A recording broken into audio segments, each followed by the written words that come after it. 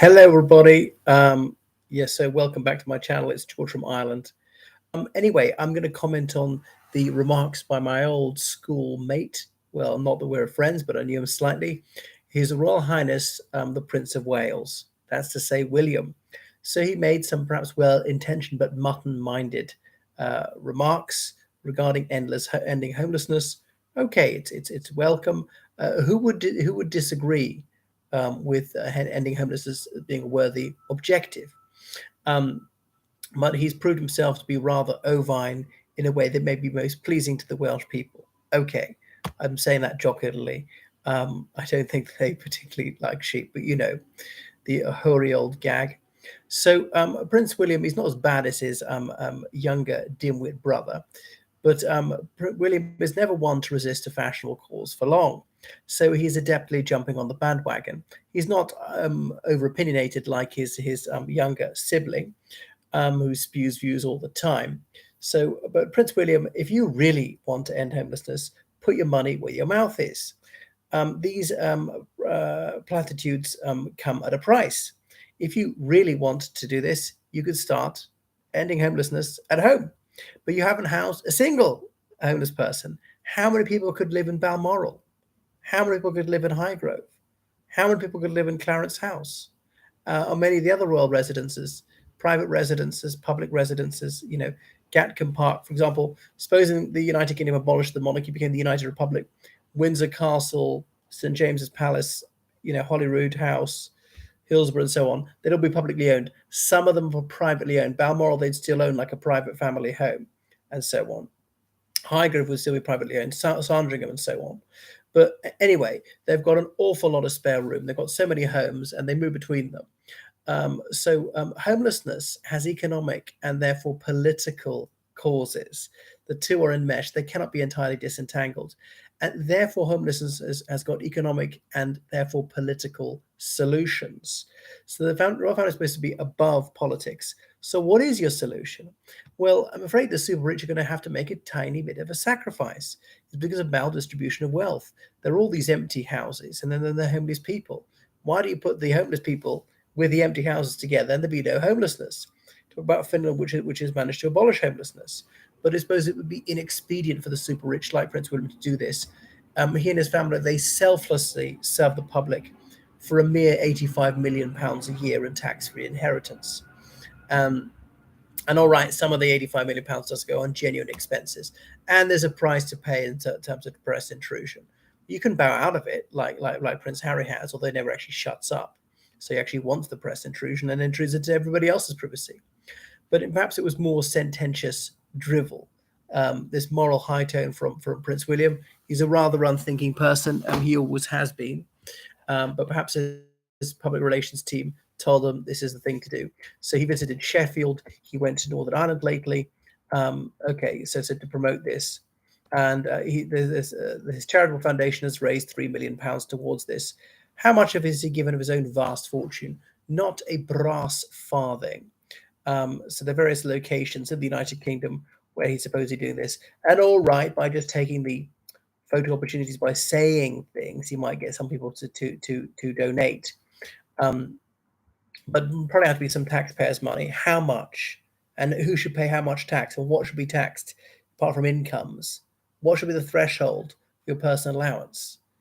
And what should be the higher rate, £40,000 or £100,000 a year? And how much should we tax alcohol and cigarettes and tobacco and clothes and children's sizes? And these are very much political choices. We're going to spend more on building housing. Okay, so to spend less on what? Or tax people more? Or immigration? What's that got to do with it? The more people move in, the more housing is needed. It's a no-brainer.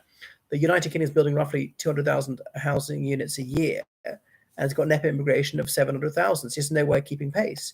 We could end hopelessness if we drastically reduced immigration, but that would cause other major problems, and the National Health Service would be even more short-staffed. So there's a conundrum here. Or we could end homelessness if we concreted over the green belt, but wouldn't that be an awful pity? Or if we only had one child each or something like that, or all the children shared bedrooms, or if super affluent people like Prince William were not just so avaricious. So greed has partly caused this. So Homeless Connect is one of the charities in Northern Ireland that he is speaking about. But anyway, he's got his toadies are sucking up to the establishment, some clergy, for instance, and it's been met with mockery by some left wingers who say the royal family is very much part of the problem and not part of the solution. And this is just grandstanding about him pretending to care.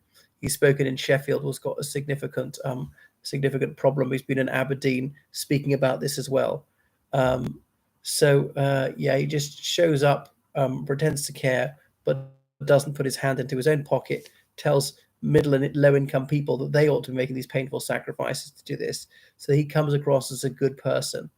He's speaking to Reach Up Youth, one of these youth groups, talking about promoting hostels and shelters. But anyway, he's reaching out to younger people, to ethnic minority people, many of whom are not usually zealous monarchists. So, but might win them over. And his pretense of compassion convinces some. It's not all bad, Some people will donate a bit more money because of what he's saying, but it is rather nauseating that this kudos is going to accrue to him when he doesn't actually do something to solve the problem when he could. He could give away a bit of his fortune and still be a very rich man, but he sacrifices those of other people to make. Isn't that right, Wills? So he's a landowner. He owns lots of properties. They charge rents and things like that. So he could give away his grossly excessive wealth. He could give up his privilege. So he's worn a big issue cap and pretended to sell a newspaper to show how humble he is. Wow, what a man of the people, not an evil person. So yeah, he'll wear that for 5 minutes and then he'll just disappear. But his father's charity, the Prince's Trust, which he's taken over, it really has done some good work and it has alleviated suffering. And I am a monarchist, but I find it distasteful when they stray into partisan issues like this. And it all becomes very messy when there are difficult choices, often unpopular decisions have to be made, and sometimes it's a zero-sum game, right? We're going to spend more on this, we have to cut spending on that, or raise tax. Something's got to give. Yeah, unfortunately, sort of is a loser in every situation. Some are going to have to pay more tax than otherwise would do. Some people are going to have less of whatever service because we're spending more on this.